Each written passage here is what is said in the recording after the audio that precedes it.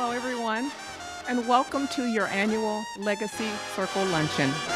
I'm Joan Chaney, Director of Planned Giving for the Foundation for Barnes-Jewish Hospital. We are so grateful you could join us today.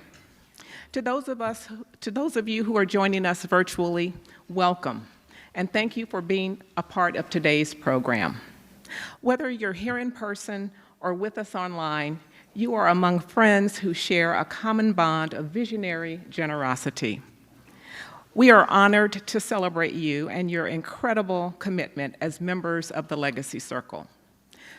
Because of your estate gift, charitable gift annuity, beneficiary designation, or endowed fund gift, the future of healthcare is brighter. Thank you for taking the time to plan such a thoughtful way to make a lasting difference for so many. Your generous hearts are ensuring support for life-changing research, exceptional patient care, and innovative nursing education. You are creating what will be part of your legacy for years to come. So today, we honor you and offer you our heartfelt gratitude. We have a fascinating presentation for you today with Dr. Tsuyoshi Kaneko, who will talk about the incredible advances in heart and vascular care at Barnes-Jewish Hospital. But first, we'll pause for lunch. The program will resume shortly with Dr. John Lynch. Thank you.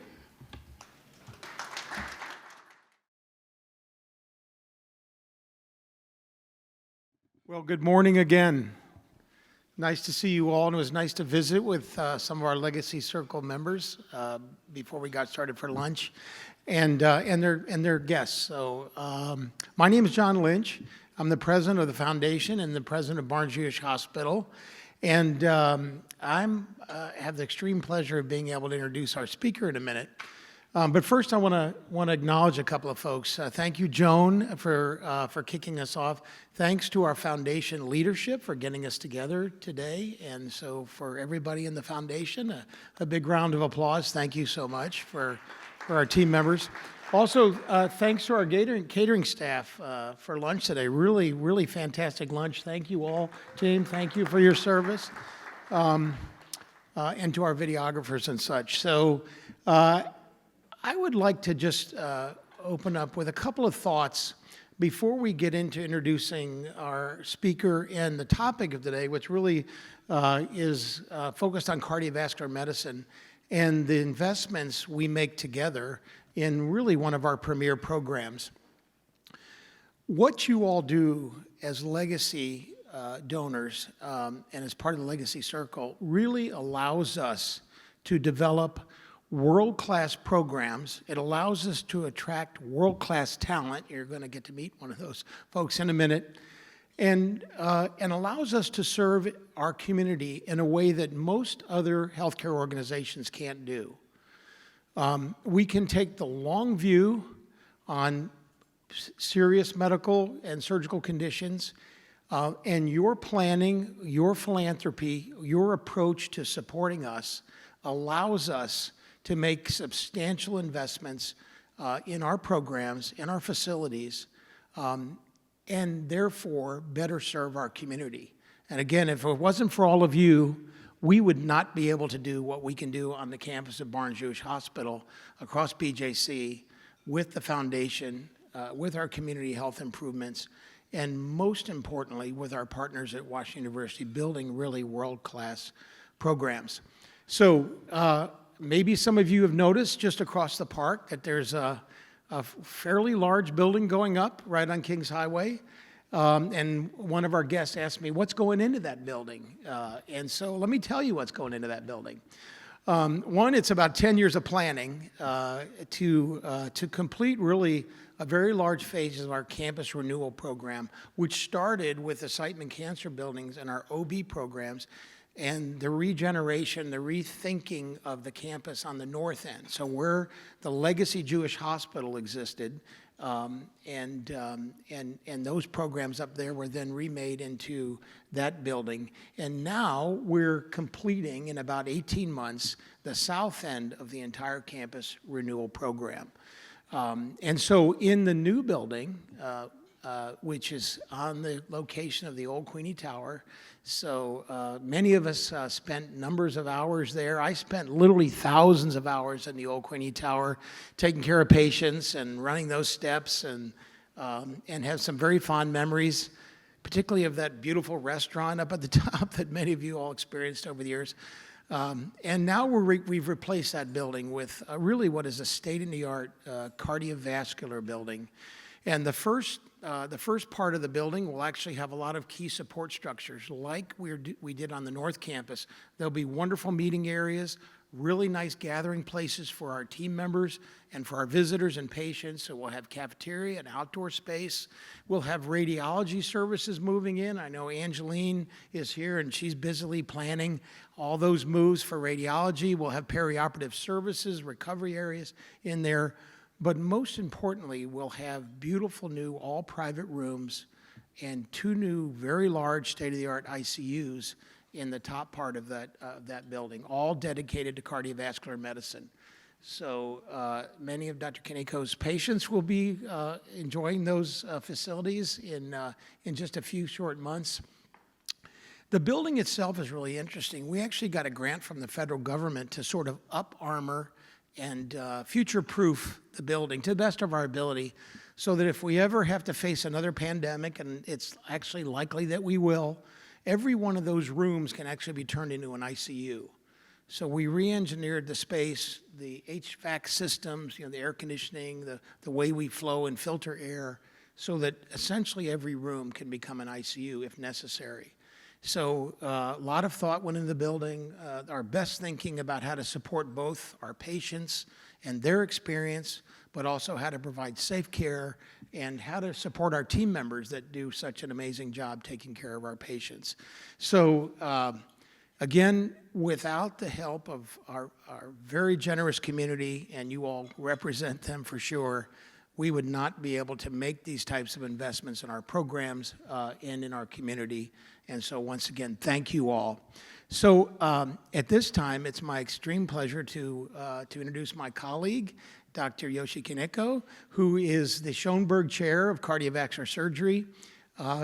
Dr. Kaneko joined us about 2 years ago now from Boston, where he led a very, very innovative program in minimally invasive surgery.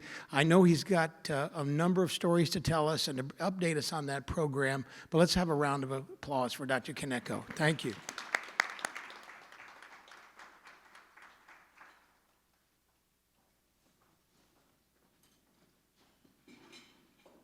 Dr. Lynch, thank you very much for the kind introduction, and I am so honored and privileged to be in the front of this Legacy Circle celebration lunch. I'm very glad that I did not have to have a glass of wine. I typically don't do well after drinking, so hopefully today's presentation will be good. So the topic that I was given was future of cardiac care, and I told everyone that was just too big. I'm just a cardiac surgeon, just a heart surgeon. So I asked whether I can talk about the past and the future of cardiac surgery, the heart surgery, and I would like to share some of the stories. And those of you who were at my chair installation just talk, I love history. That's my passion. So I would love to start from a history slide talking about Dr. Berloff. He's one of the most famous surgeons that existed in the past. He practiced in Vienna. At the time, Vienna was sort of the center of medicine at the time, and he was an abdominal surgeon. So those of you who has done abdominal surgery, he's known for this Berloff surgery, which is basically a surgery for an ulcer, gastric ulcer. So he would cut it and then connect it with an intestine so that those stomach that perforated from a gastric ulcer would survive.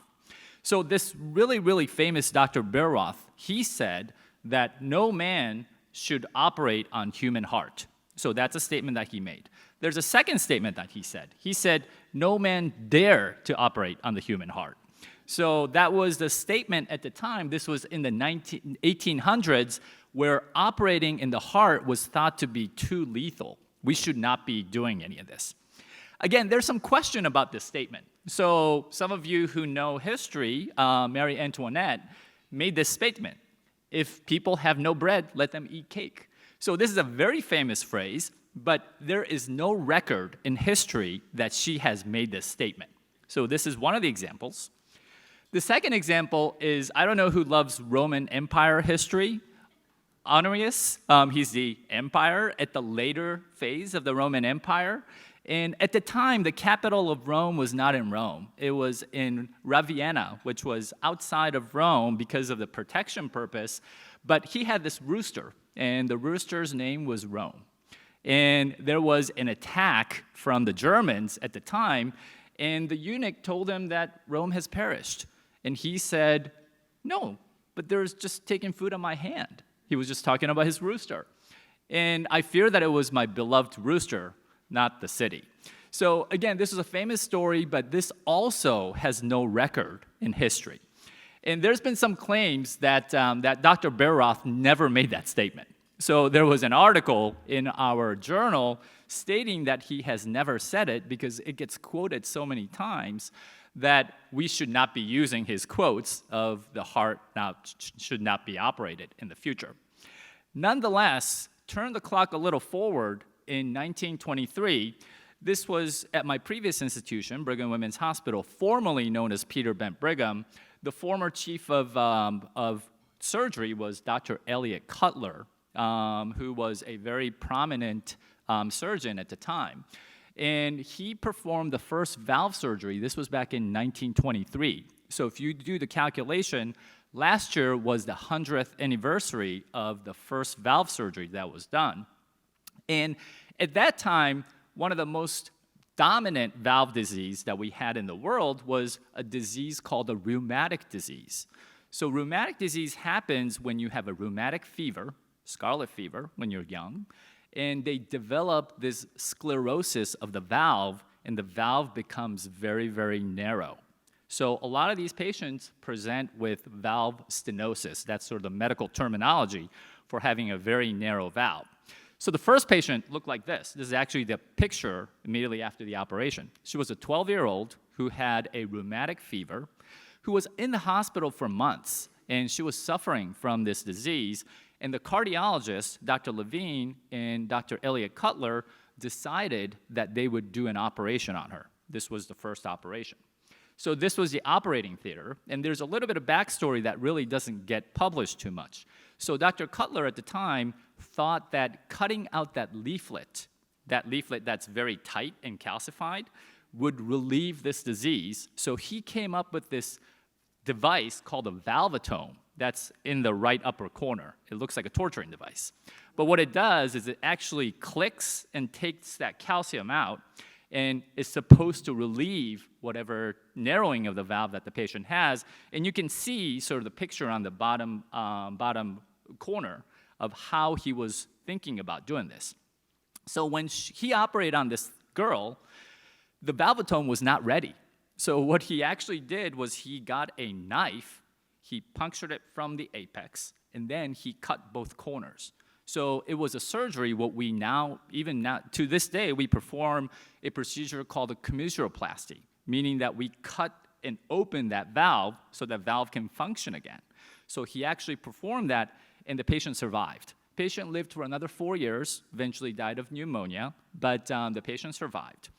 The subsequent story is that Dr. Cutler developed this valvulotome, operated on 7 more patients. They all unfortunately died because they had acute leakage of the valve, and the heart just did not tolerate. So the heart surgery was abandoned temporarily after this first success in 1923. And fast forward in 1931, this is Dr. John Gibbon, very famous future surgeon, but he was a resident in Boston. And he was taking care of this patient that had a condition called pulmonary embolism, meaning that there's a blood clot that runs and goes into the lungs. Some people call it economy class syndrome. So you can get a blood clot sitting for a long period of time, and the blood clot can go into the lungs. So he was taking care of one of the patients who acutely got sick with pulmonary embolism, got the clot out, and then through surgery, very quick surgery, but he was, as a resident, watching at the bedside how this patient was suffering from breathing. he just could not oxygenate because the blood is supposed to go into the lungs, but because of that clot, the blood does not go into the lungs and can get not oxygenated. So what he thought was, what if you had, so this is the clot that you can actually get. This is actually one of my surgeries that I've done, and these are the clots that can get stuck into the pulmonary artery.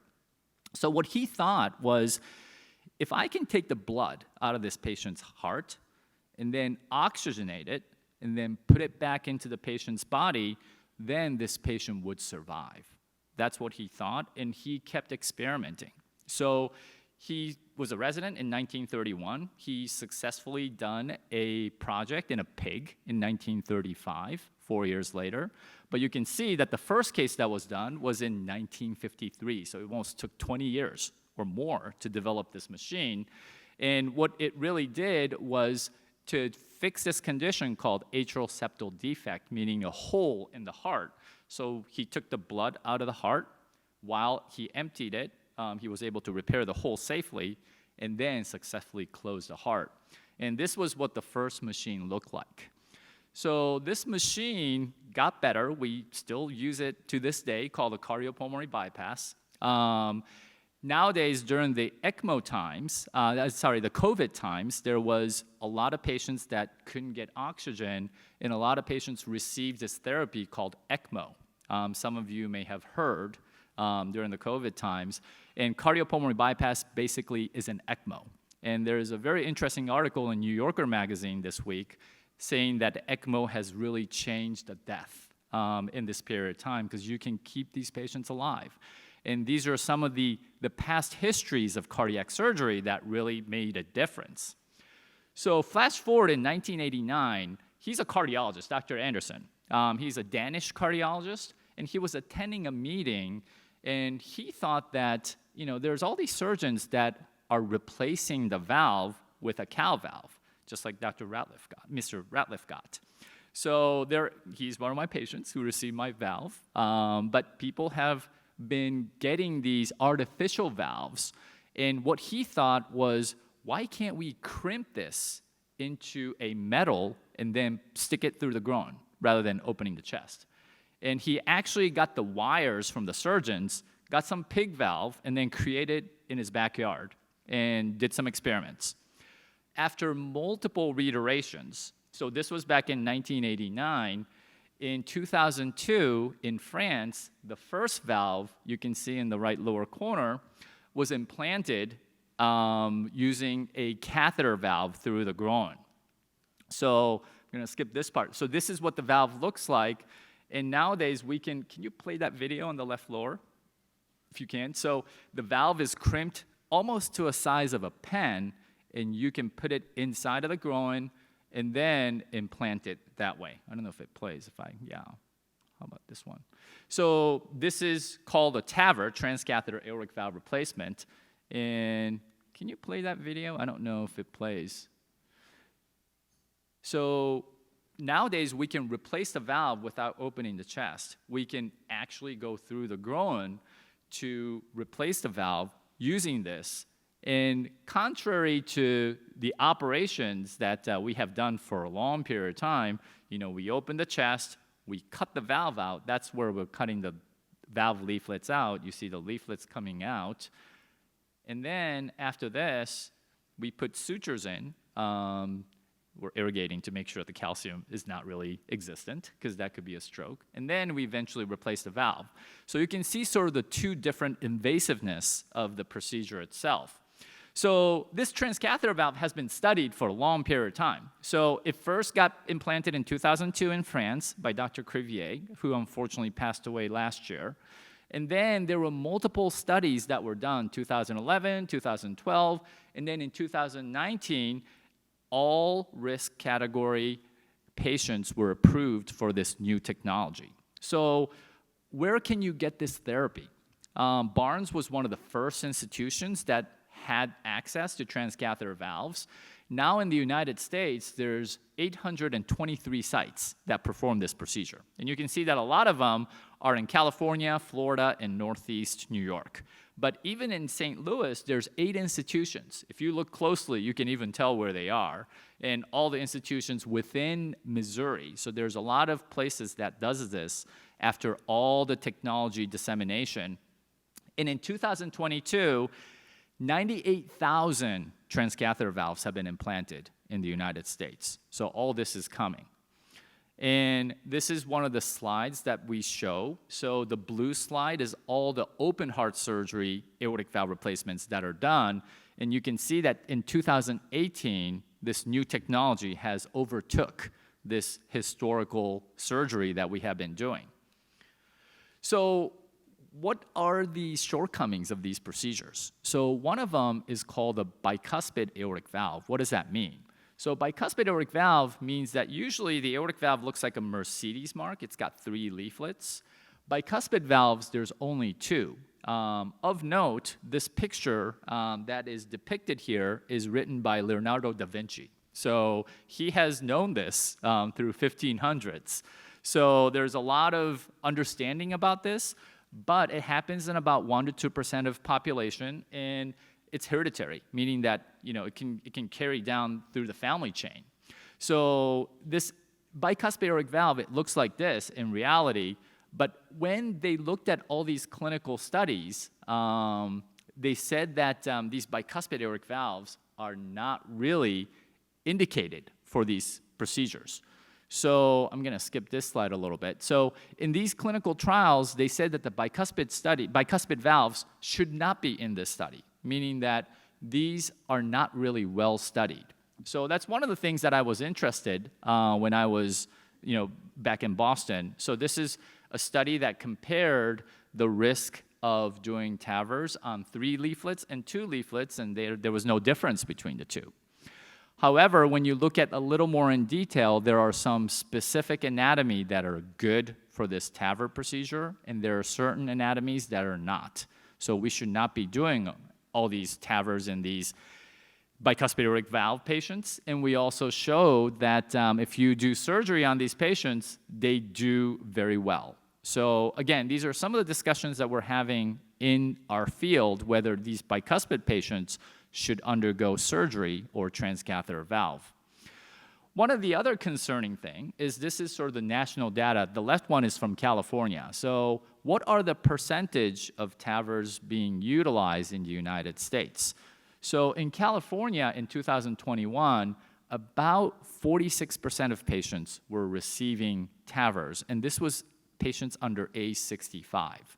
So American Heart Association comes up with these guidelines, and they recommend that everybody under 65 at this point should get surgery because there's just not a lot of evidence.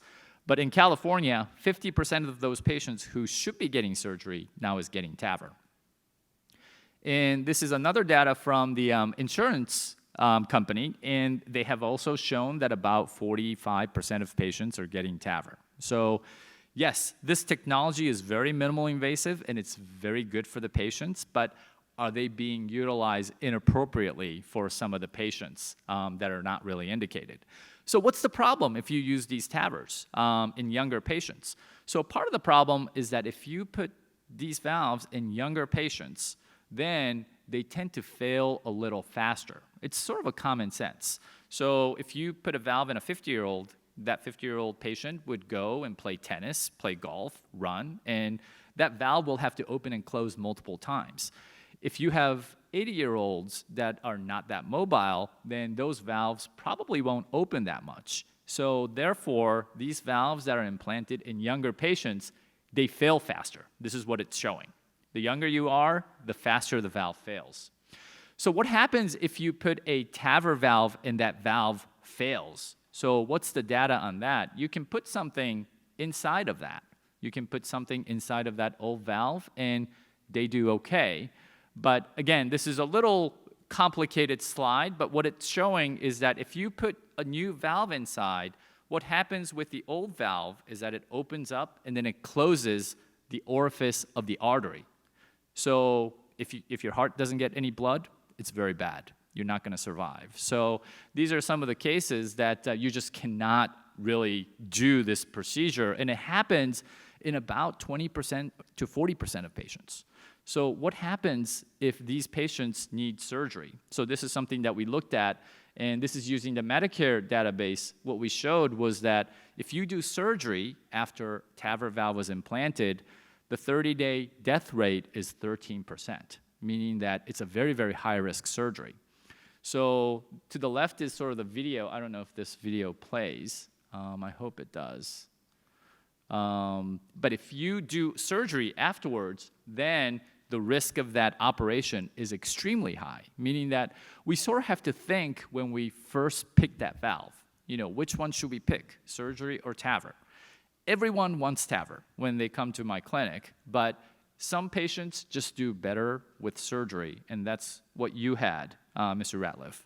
We had a lot of discussions about you, and we thought that surgery was more suitable, and I think that's part of the reason why, hopefully you're here at the moment. So from here on, I'm going to talk a little bit about the future, the main topic. So I showed you some of the things that are upcoming, but I think there's 3 important things in future of heart surgery.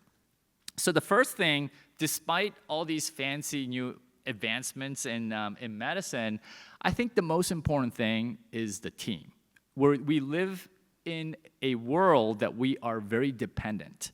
And I personally cannot do an operation without my anesthesia friends.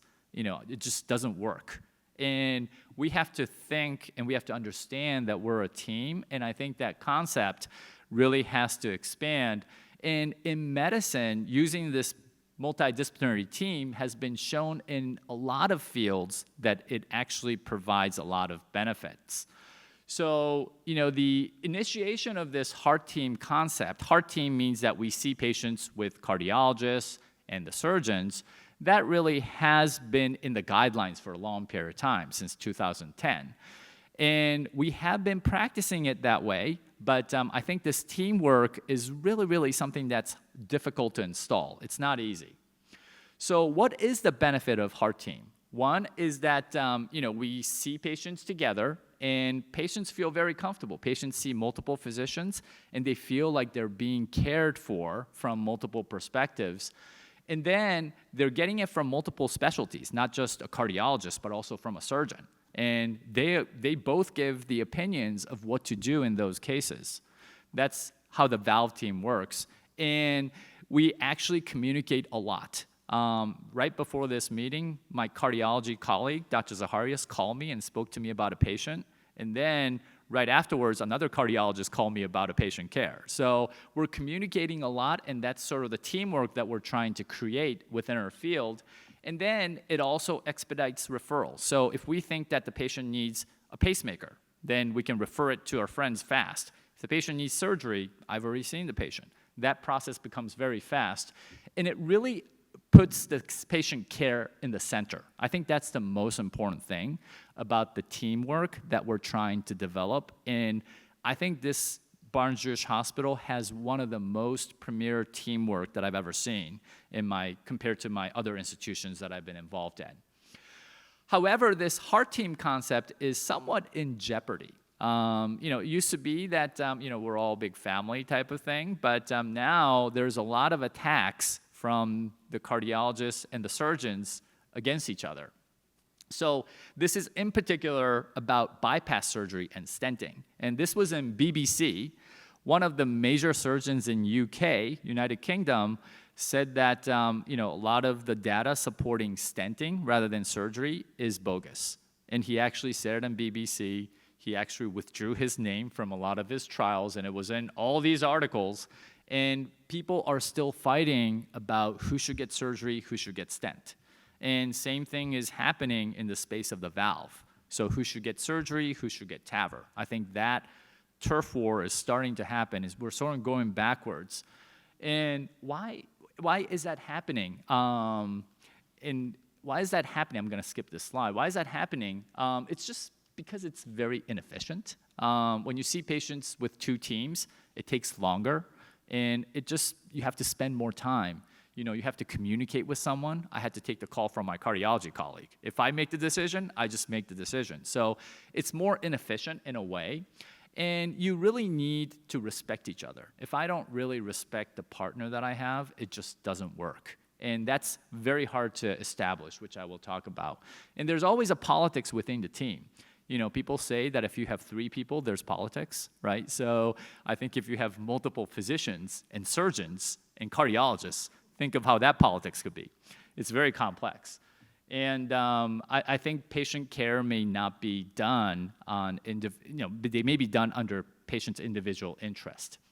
So this is one of the studies that use some computer work. But one thing that really has been shown multiple times is that if you have diversity, it actually elevates the team. It actually elevates what you can create with a team. Again, I'm not going to go into the details of what this study was, but if you have a diverse group versus a very uniform but very talented group, the group that outshines is the diverse group. If you have a diverse group, you have different opinions, and if you have different thoughts coming in, rather than just elites talking about, you know, the best options.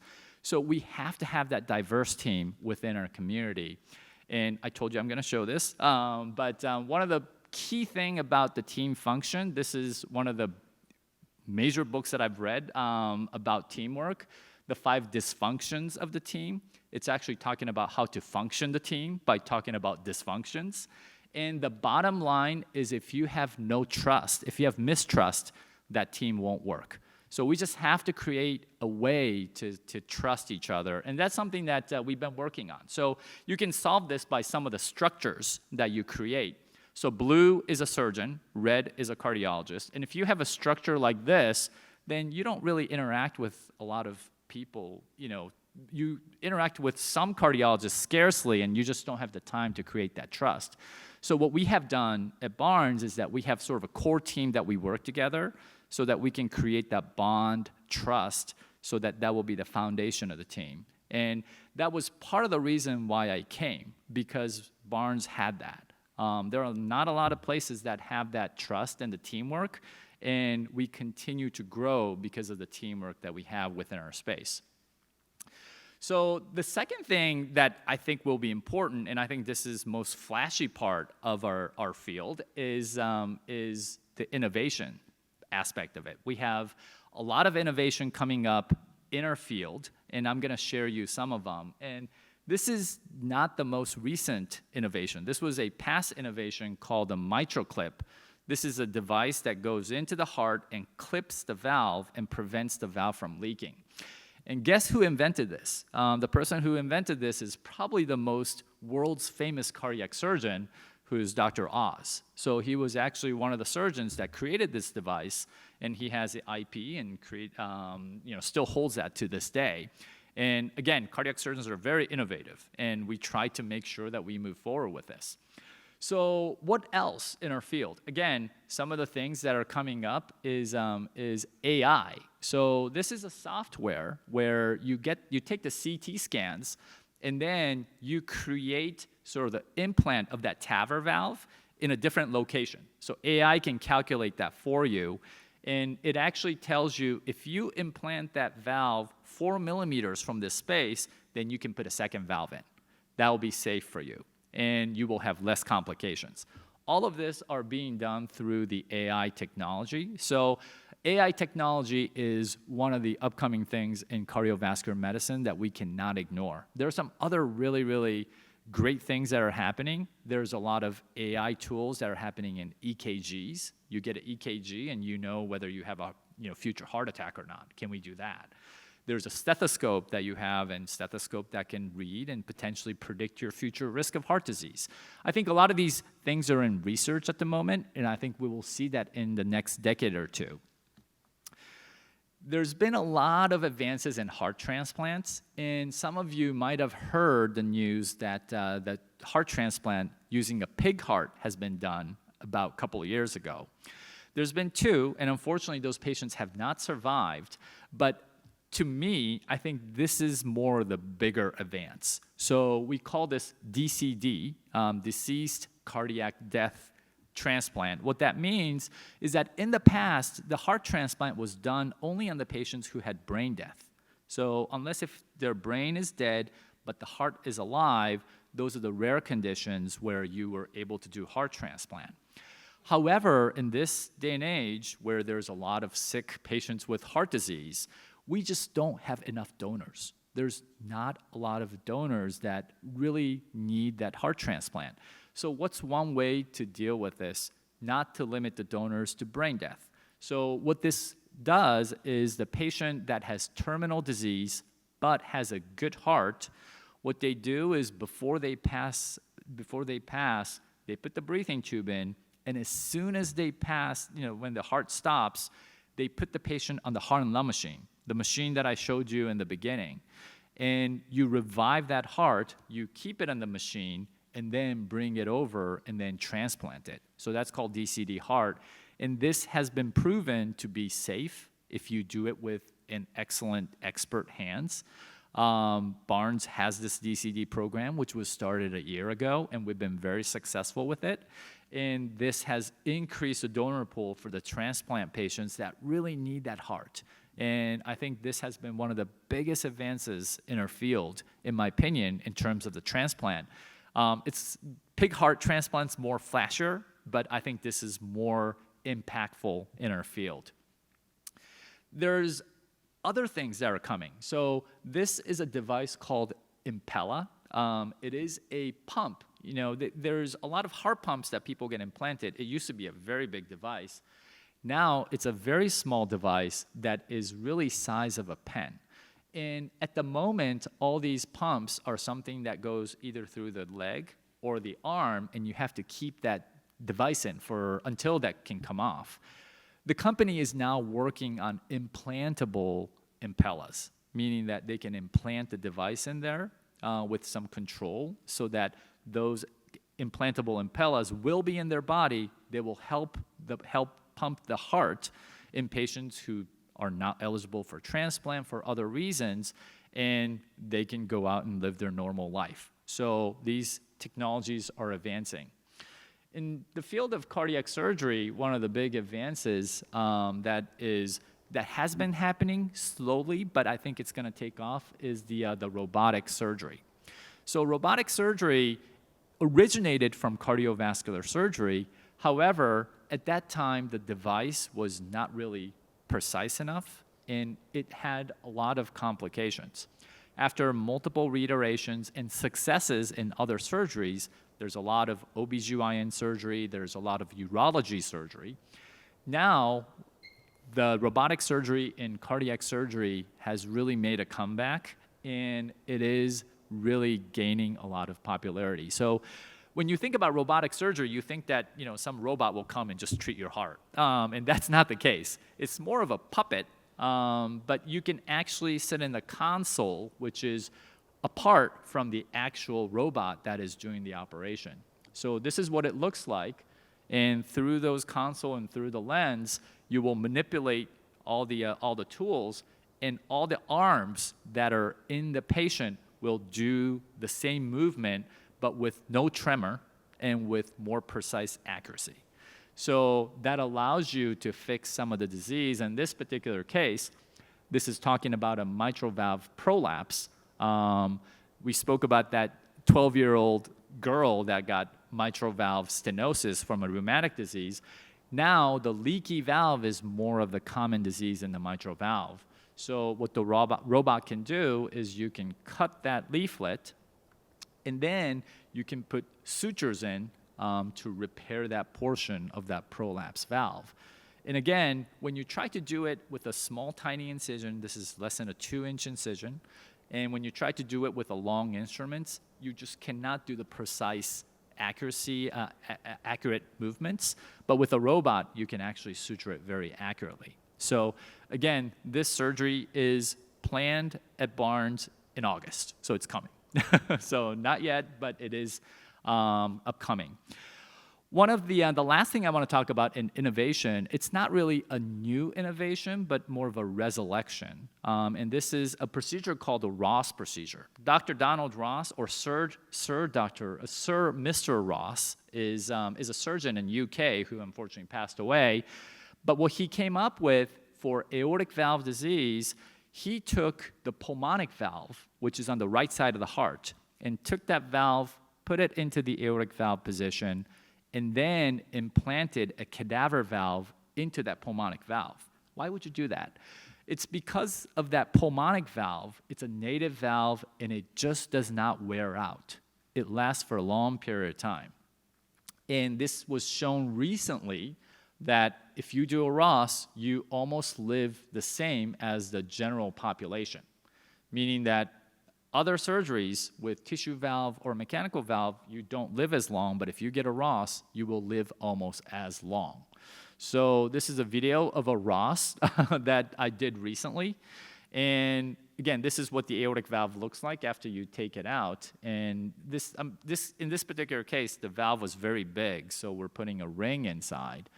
And then after the ring is implanted, what we do is we implant the valve itself. For the sake of time, this is the ring, and then for the sake of time, I might skip the actual surgery. If somebody's interested, I will show you the full video of the Ross procedure. The reason I wanted to skip this is because I do wanted to tell a little bit of story. Ross procedure really has taken on, and ever since I arrived at Barnes about 1.5 years ago, we started performing this Ross procedure. We did about 25, and all have been great. We're doing in younger patients who is expected to live long, and the results have been good. And this is actually a story that the Barnes Jewish had filmed about a patient's story, so I would like to share this. Growing up, I couldn't compete in sports, I couldn't run. When I would try to keep up with the other kids, I was passing out. The majority of my life, I had a heart murmur and went to the heart doctor, and I had to have a heart surgery at 9 years old. I found out I had a bicuspid aortic valve. I took care of myself because I knew I had an issue. Eventually, I would have to have surgery on my heart. I went to a dance class with my girlfriend, and when I got home, my ankles had swollen up huge. I called my doctor, and they said go to the emergency room. And I came in, and they found out I was in severe heart failure. I had to have surgery. I had already researched my options at that point. The Ross procedure, no one in my town does that, and so I had to get a referral. I got an appointment set up to see Dr. Kaneko, and he was very open with me about the procedure, about the risk. I knew I was in the right place.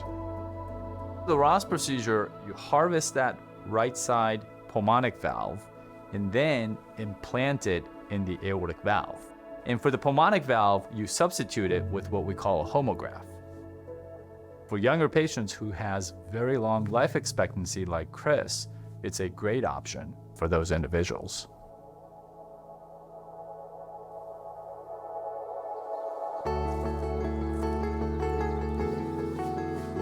I was very honest with Chris that he can have this surgery safely at Barnes Jewish Hospital, and he was comfortable with moving ahead with the procedure. I almost waited too long because I don't think I would have survived a few more months if I would not have gone to the emergency room. I actually think it saved my life. With this particular procedure, he should be able to get back to his normal life. Not only that, he should be able to do much more than what he was able to do before.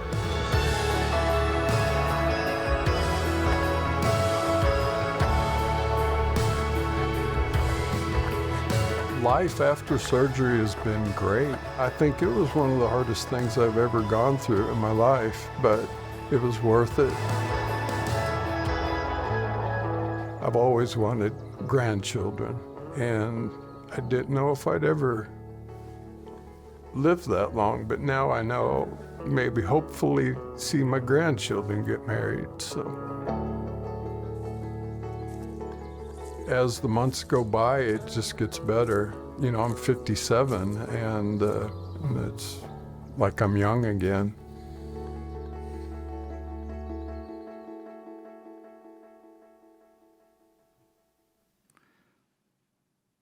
Well, this was a great video. There was multiple retakes. I'm not going to tell you how many, but I think Ross is not for everyone. There's a Ross registry. They put my name in the registry. So I think that's some of the excellence that we have and we provide at BJH.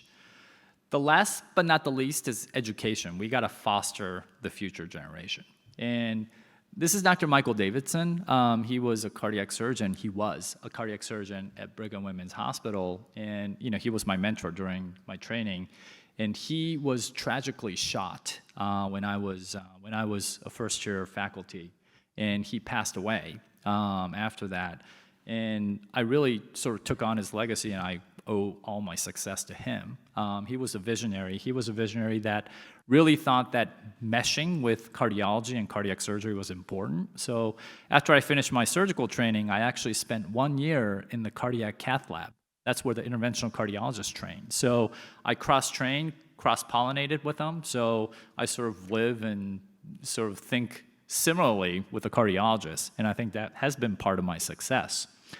So Thoracic Surgery Foundation is one of the foundations within our Society of Thoracic Surgeons, and there's a Michael Davidson Fellowship, and Dr. Alaktar, who is our fellow at the moment, received this award, and he's been training with us over the past year and learning how to do both catheter procedure and the open procedure, and we're trying to carry on that legacy. We have to foster that new generation. So I think all of that will be critical.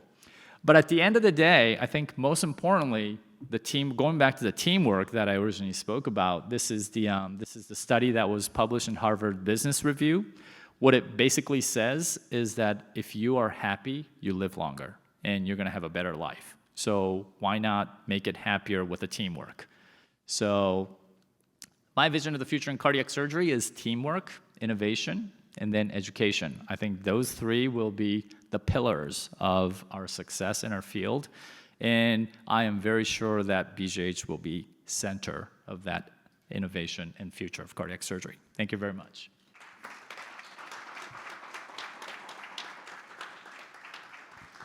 Any questions for Dr. Kaneko? Penny? I was wondering for the TAVR procedure, why you go through the groin? Why wouldn't you go through the arm? Yes, very good question. I don't have a pen, but currently the valve size is about the size of a pen. So unfortunately, the arm, either the wrist or in the arm, the vessels are not big enough at the moment. They are working on a very tiny valve. Tiny, but it will expand and be a heart valve. So maybe in the future, we will be implanting these from the wrist or through the arm. That may be another future that's coming. Again, I can't explain all the innovations that are happening. It'll take hours, but yes, that's part of the innovation that's occurring in our field. Christine? I'm not a nurse myself, but I'm asking for a lot of friends who are nurses. As you talk about teamwork, can you reflect a little bit on how you involve all the other people who are involved in any of these procedures Yes. As part of the teamwork? Yeah. A lot of the care that we provide is both outpatient-based, inpatient-based, and then in the operating room. And all of it, I'll start with the outpatient. We have this valve clinic that we organize to see patients with a valve disease. I see patients with a cardiologist. I see patients sometimes with an imaging cardiologist. But the person that's in charge is our nurse coordinator. So nurse coordinator coordinates everything, when to see me, my partner, when to get all these imaging. Without that coordinator, our team will not function. We always call them the boss. So, that's sort of the concept that we have. And it goes very well when you do it that way. And in the operating room, of course, we can't do it without the help of the OR nurses. So if you have an excellent OR nurse, all you have to do when you're doing the operation is you just have to put your hand out. And then they will hand you what you need. And you don't really have to think. That teamwork that you create goes beyond just the capacity of a surgeon. So by having that team, I can expedite the surgery faster and more efficient. Therefore, the time will be shorter. I can go on and on about these examples, but the teamwork that I'm talking about is not just with the physicians, it's with the nurses, it's also with the perfusionists, it's also with the administrators and patients. So all of that is included. Any other questions? Penny has another one. I have to bring up the ethics question. Yes. Especially with the terminal patient as opposed to the brain dead patient. Yes. Do you have an ethics team Yes. working with you as well? Wonderful question. So one of our surgeon, who's a WashU cardiac surgeon, he has masters in ethics.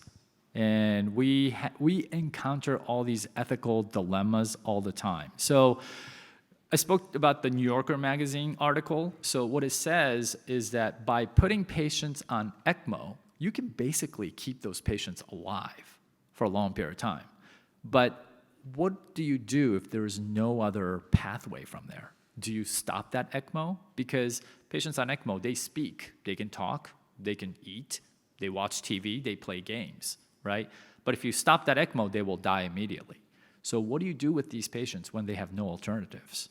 So there's a lot of ethical dilemma that we have and we live in, and I think those will probably be highlighted in the next decade or two. And all of that is changing rapidly too. Like, what do we do with AI if AI is starting to diagnose patients? What if you said that my AI surgeon in the robot will do the operation? Would you feel comfortable with that? I think that's some of the future that's upcoming. Maybe we're overthinking this, but we do encounter ethical dilemma all the time, and it's constantly changing with the advances. And I'm sure we're not going to run out of ethical dilemmas in the future. Yes. Yes, good afternoon, everyone. My name is Harry Ratliff. I'm on the board of the foundation, but I wanted to come here to personally thank the entire team. When Dr. Kaneko came here about 18 months ago, I was one of the first patients.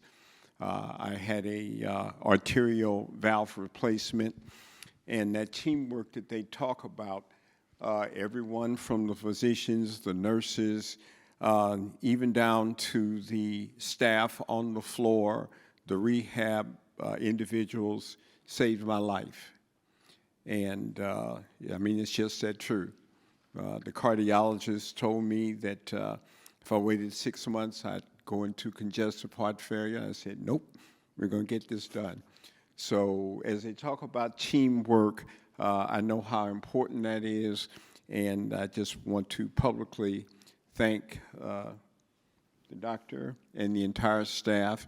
And now I'm on the board of the foundation, so I hope I can be an advocate for the work that the foundation does in order to help everyone. I wasn't on the foundation when I had the surgery. I was just another patient, and I was very well taken care of. A lot by Barnes. I was born at Barnes a long time ago, so I have an affinity to the hospital and the work that we do. So I just want to publicly say thank you to the entire team that's responsible for me being alive today. So Thank you.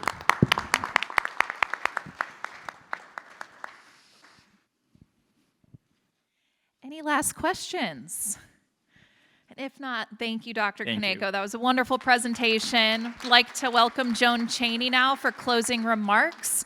And in addition, you will see some beautiful flower arrangements on the center of your table, and we hope you feel welcome to take those home.